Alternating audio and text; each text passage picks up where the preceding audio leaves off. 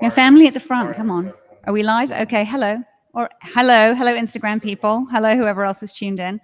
I'm Amanda, you're at TERN Gallery. We're inside TERN Gallery for the opening of the exhibition Gestures of the Unseen.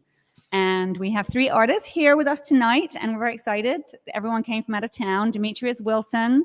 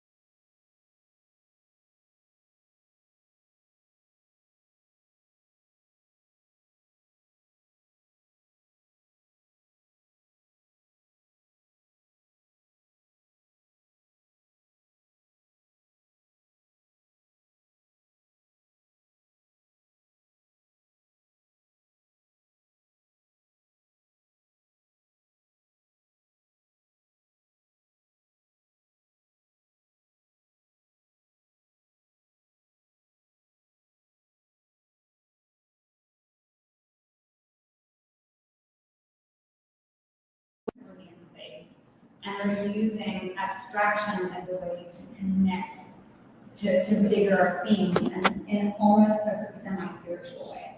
So I was looking at the work of Purvis Young, and I'm also thinking about how artists can be descended from the region and still carry a lot of ideas and within their genes in a way, and that still kind of comes up, this idea of like the unseen, this like this unseen umbilical cord, this is what ties you. So while John is really born and raised in the Cayman Islands, he's had to live away a long time, which happens to many of us, and that's why many of us ended up being first generation born elsewhere, because there's this constant movement. So I thought it'd be interesting to have 3 artists that come at the space from a different angle and also kind of connect to an artist like Purvis, and it's never really explained as a thing. So that's my blurb. So you guys, welcome. So I'm gonna start with Demetrius, which is fun. Demetrius, you get the money. Because when we did a studio business, I was really attracted to your work through this, especially because of this journey in math, teaching configuration of abstraction. So I'd like to actually hear about that. And then also that you are of the Caribbean, in fact, you're born here. You have Haitian heritage, but also Alabama.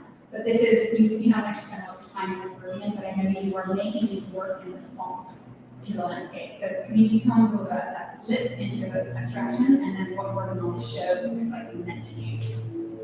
Yeah, no, for sure. Yeah, so when I originally started out as a figure painter, I really did start painting, kind of like a late bloomer when it comes to like the arts. Started probably around 2015, and I noticed that I kind of was like a natural painter. Not like a great painter, like I was good at like active painting, but like the concepts and like the content that all kind of came together. But immediately I started out as a figure painter. That kind of was something I was familiar with, especially kind of like growing up. That was all the art I really ever experienced. So it was like my first language, and I knew how to communicate in that, so I knew it wouldn't be too much of a challenge. So that was probably from 2015 to 2019, then the pandemic hit. And I had basically a studio, and during that time I kind of started to expand it, but I still was figurative. It didn't really start to make a shift to abstraction until I got to Hunter. So it started in 2021, and I really just wanted to push myself, my practice, and also like how I'm able to kind of communicate to those that appreciate my work, and also just for kind of just for child's sake, just kind of growing up, all I really do experience is figuration, but there's so much more to that. So I kind of want to tap into newer languages to me. That's what abstraction came to it. Also from like an accessibility standpoint, to kind of just like push our visual dictionary. So that's kind of how the shift happened. And just kind of putting this work from there. Again, I am of Haitian descent, belongs from Haiti. My dad's from Alabama. So not really spending too much time in either location. In fact, I've never even been to Haiti. So kind of creating this work was very interesting. And it's kind of just like tap into the roots of a place that I've never been. But so it was definitely fun, and I think it was definitely necessary just to kind of see how I can relate and connect all the missing pieces of my life, and also to like what's going on right now.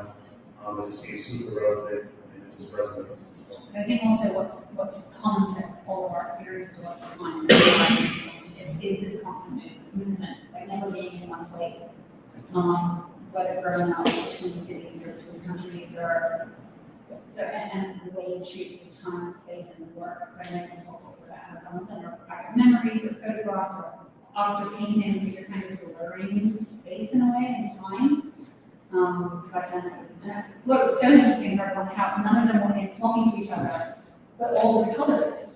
It's really interesting how these colors have come together. And John, I think it's also interesting too because Demetrius is thinking about figuration in a way, or maybe the image in your head that comes to abstract, and I feel like in your work, you're also using abstraction to talk about something very concrete. But again, trying to get kind of get past the formalism and speak to something else. So can you tell the audience a little bit about what these paintings are and the color, the choice of the colors, and what you're sort of trying to communicate about place and time? Yeah, sure. So when I first started making this new series of work, I was really focusing on trying to think of a way to use figuration, because I had flirted with figuration and abstraction and the lines between it for about 3 or 4 years. And these new paintings, I really wanted to make the figuration more of like a metaphor or an allegory. So all of the paintings they're made out of sandstone, and the sandstone has been brushed through with a silver thatch palm, which is the national tree of my country. And historically speaking, people use silver thatch palm brushes to sweep up their yards, to sweep up their homes. So it was more of an allusion to the figure. through using the strokes that are left through in the sandstone. And then on top of that, the geometric forms are all based on silver thatch bags. So when you make a silver thatch palm tree into a weave, you kind of weave it into a pattern that's similar to the sort of tessellated patterns that are in the paintings. So it's kind of looking at something that was very important to the livelihood of my great-grandparents, because the silver thatch rope and the silver thatch palm were things that helped sustain generations of families in the Cayman Islands for, almost 50 years until nylon rope came out in the 50s. And it really helped to define our culture as shipbuilders and people to sea. And there's so many layers and things to just that one palm tree. And a lot of my new research is really focusing on how do we start to build our cultural identities. My country, I think, struggles with a bit of a cultural identity due to the influx of foreign investment, and it sort of blurs the line of who we are as people, because we've drastically transformed from being a small smoothie fisher village to like an offshore financial banking center. And that really kind of changes who you might be as a person.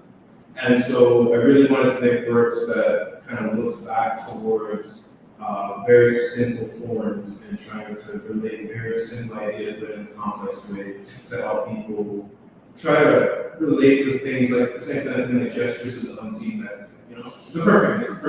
But it ties perfectly because it's trying to reach those places that, help people, or not help people, but kind of nurture people towards discovering something in themselves that they might have not known or lost due to migration and just lost in transition. So I don't know what it is. Perfect.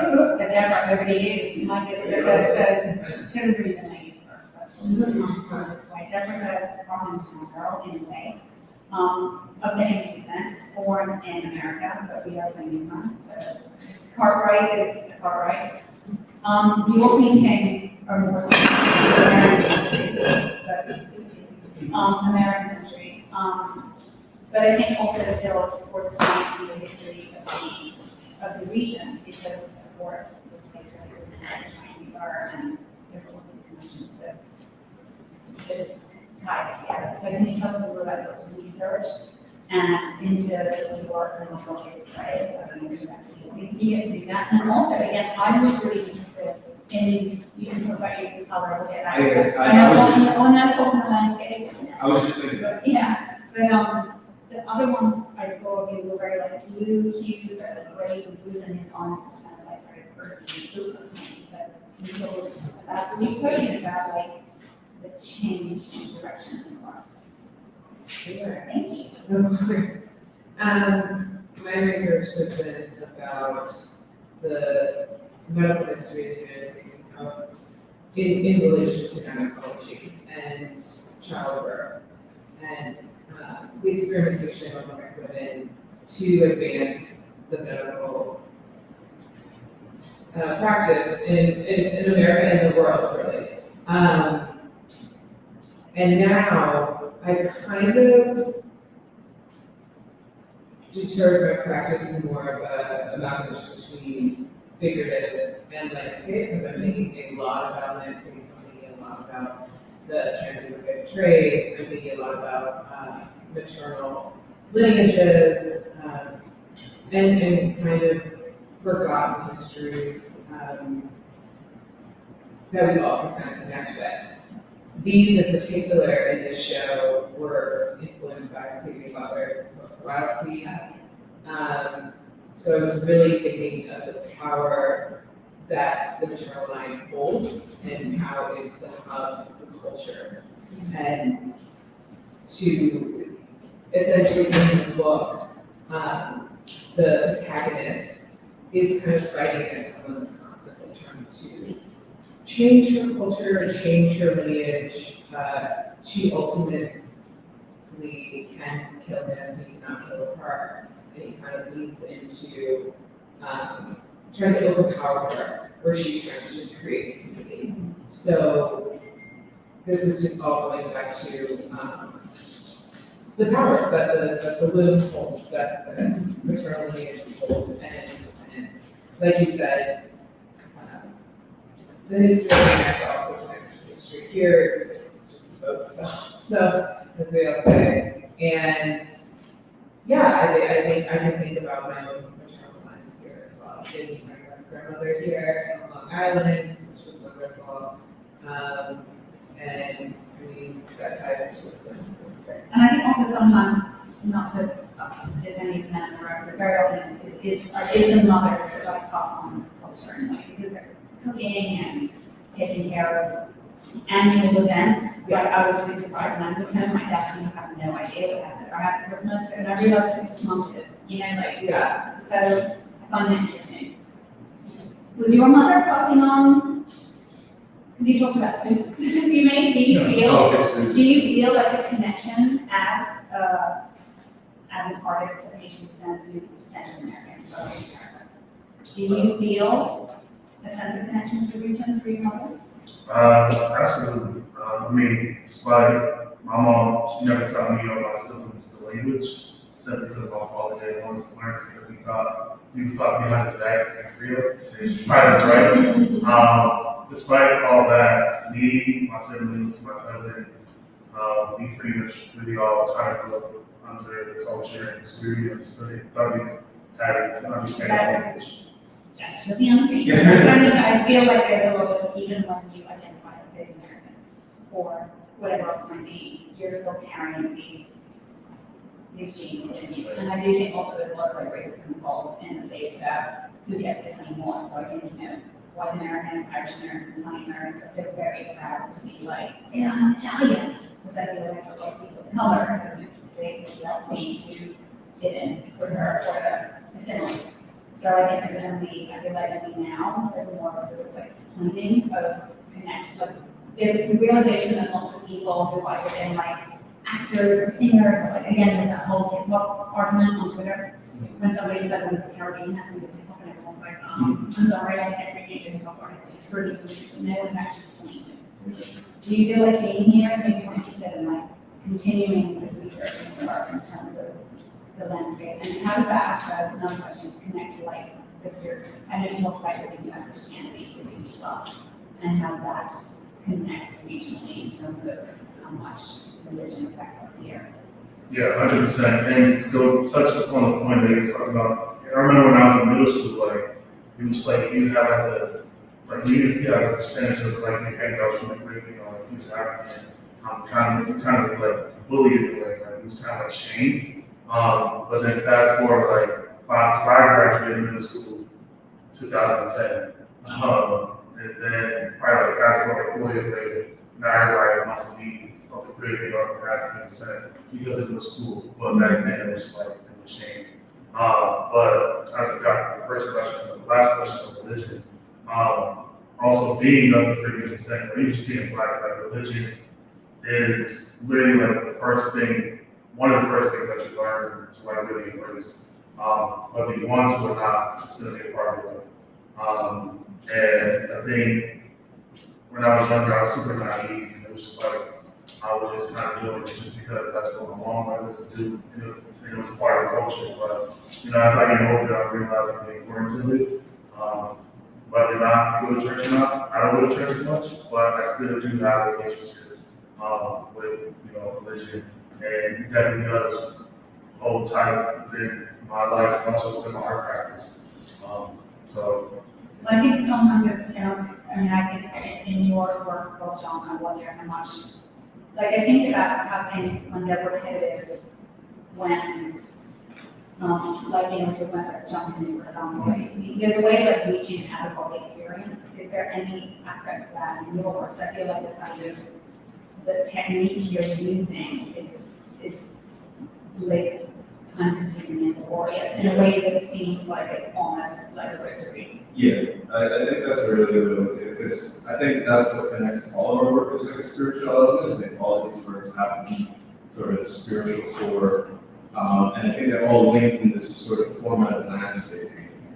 Whether they look abstract or not, I think they're when you look at great artists like Matisse and little pieces of their paintings, even though they're figurative, could have landscape elements, and I think these paintings are really pushed towards that landscape, and I think that sort of spiritual element when you look at a landscape, you look at nature and your environment, you really start to find a piece of yourself, I think, because we all come from nature. I think that really helps with sort of spiritual element as well. But my paintings, I'm really looking at my direct environment in Caribbean in the Cayman Islands. And a lot of these colors are looking at local flora and fauna, such as the Cayman Islands parrot, or the mahogany trees, or the birch trees. That's why this one has the name Eaton Berry under the turpentine tree. Because turpentine trees is another name for birch trees, like red birch.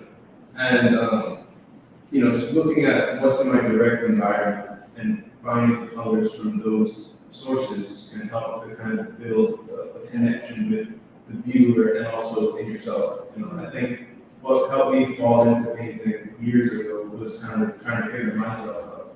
And so in learning who I was, I used my paintings to help other people figure out who they are as well, which is a strong spiritual tool. Yeah, cool. And I think it's so interesting, and none of these colors are colors that you ever see associated with our region. It's always like bright pink and bright turquoise, and like when you look at these images, which are also these darker colors. Right? And it's interesting that like Debra's work as landscape, I think it's so true. But also, for me, the spiritual aspect and when I look at these paintings, I feel like the ones with the more blue tone, I felt like the figures were more earthbound.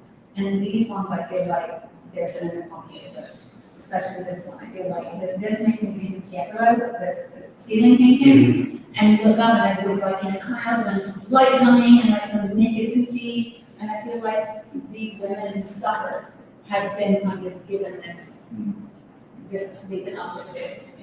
Am I reading that totally wrong? No, not at all. I have been trying to focus more on light in my paintings. Mainly inspired by that book and the hope.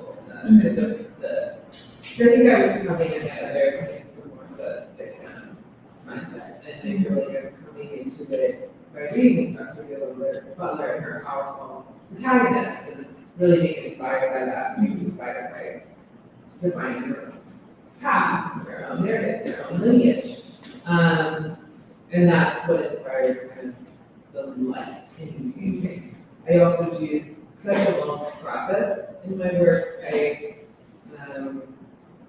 Jasmine takes like 3 days, and then I usually lay it on the floor, and then kind of, because a lot of them are inspired by watercolors that right, or you've seen on the wall. And I like to start off with a very watery, flowy base that I kind of let loose with, and I consider that to mirror my process of using my primary source material, secondary source material to create a primary source narrative. Because the women in my paintings, I usually talk to them, so I'm not thinking, how would they present themselves, how would they tell their stories. And so the process of creating a painting process, thinking about putting myself in their stories, in their dreams and things and whatever. And then once the kind of watery base is formed, which has,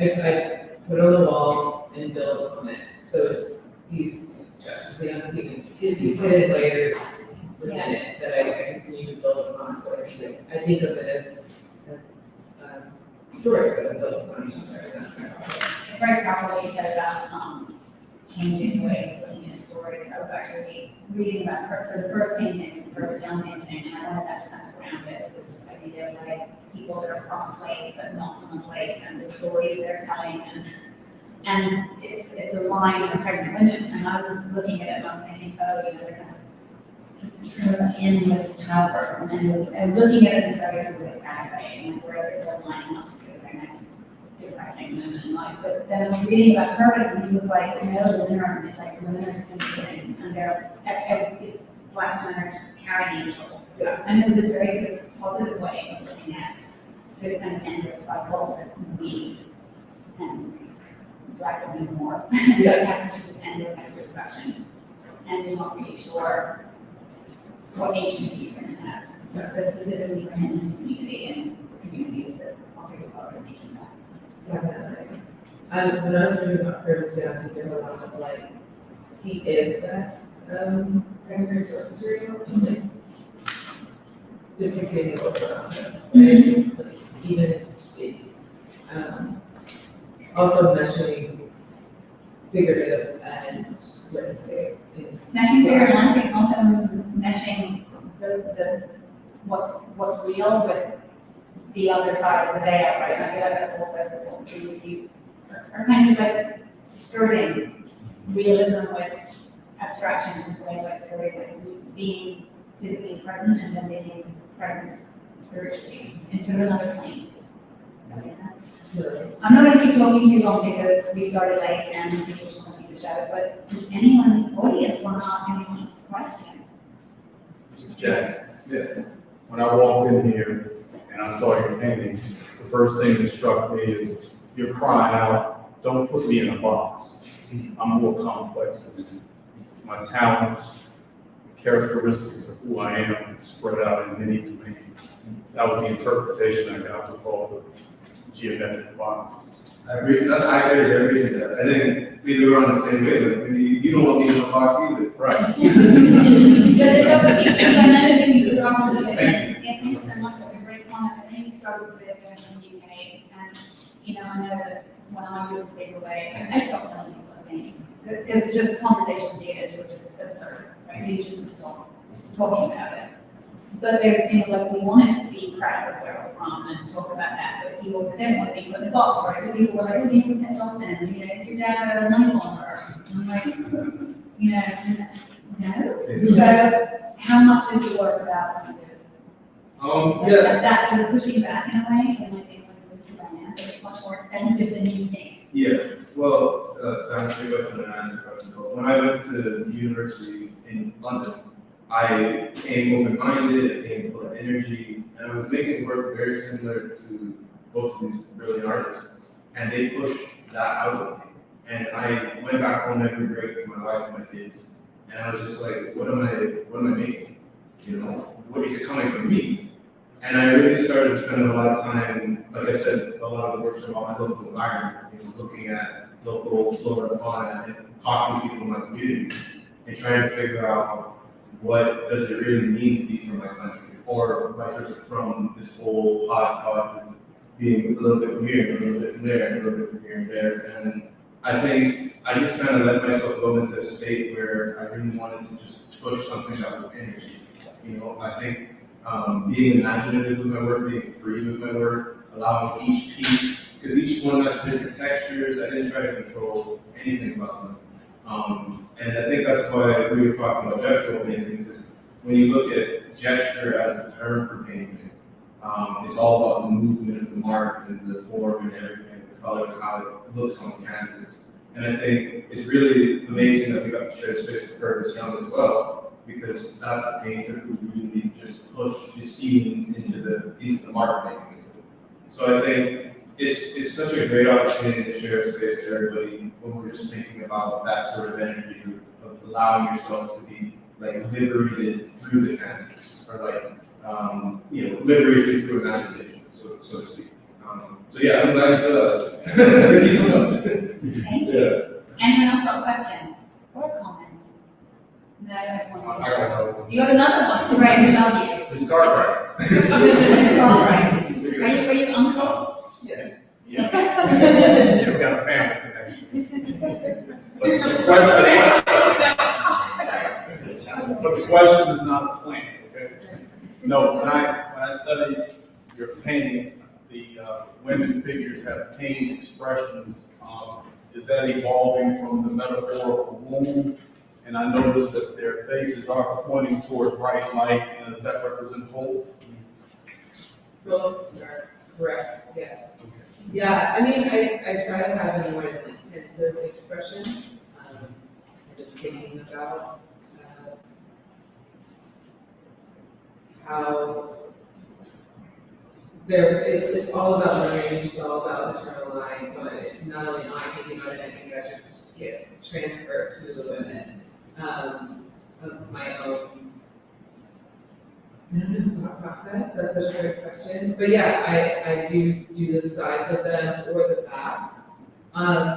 It was so that it's not directly pulling the viewer straight to the faces, and it's more, I want their faces to be pointed to different areas in the painting for everyone to focus on these areas. So it is usually the light, or it is toward the back, so that your eye is drawn to other areas than the face and the eyes.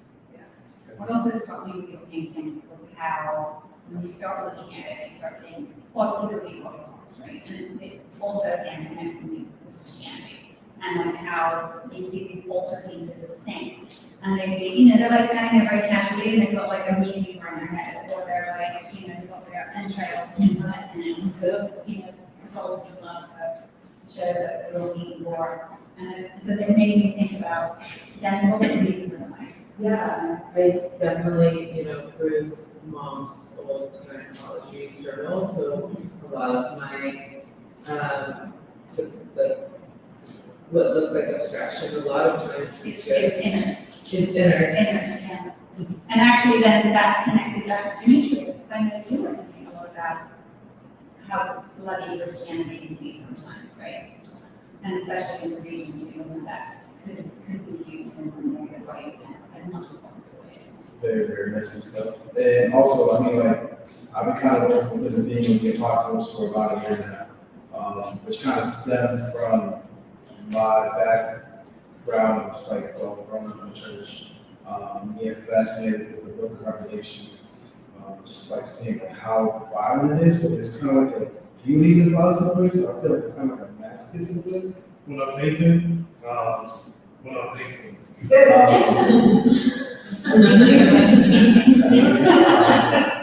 but I'm not just kind of fascinated because like, it also resonates to like the time I'm in right now, which feels like we're kind of in that section of the book, but hopefully we turn this around. Well, the apocalypse is also like the beginnings. Yeah. So It's it's a not revealing. the revealing of the truth and hopefully the new way. So I think it might be, and even on the apocalypse is quite good. But even it was quite interesting, like how the work, it looks quite different at first, but there are these, again, these unseen connections even between the three of you. But I think it really does have a lot to do with this umbilical cord being centered, where we are in Australia, Bahamas in this region, which was the site of so much migration, movement, trauma, bloodiness, and I think, all of those ideas are sort of lovely and surfacing. So, thank you all for this very cute little talk we did. Thank you, Debra. Thank you, John. Thank you, Demetrius. And let's thank the audience. And I'd like to thank you.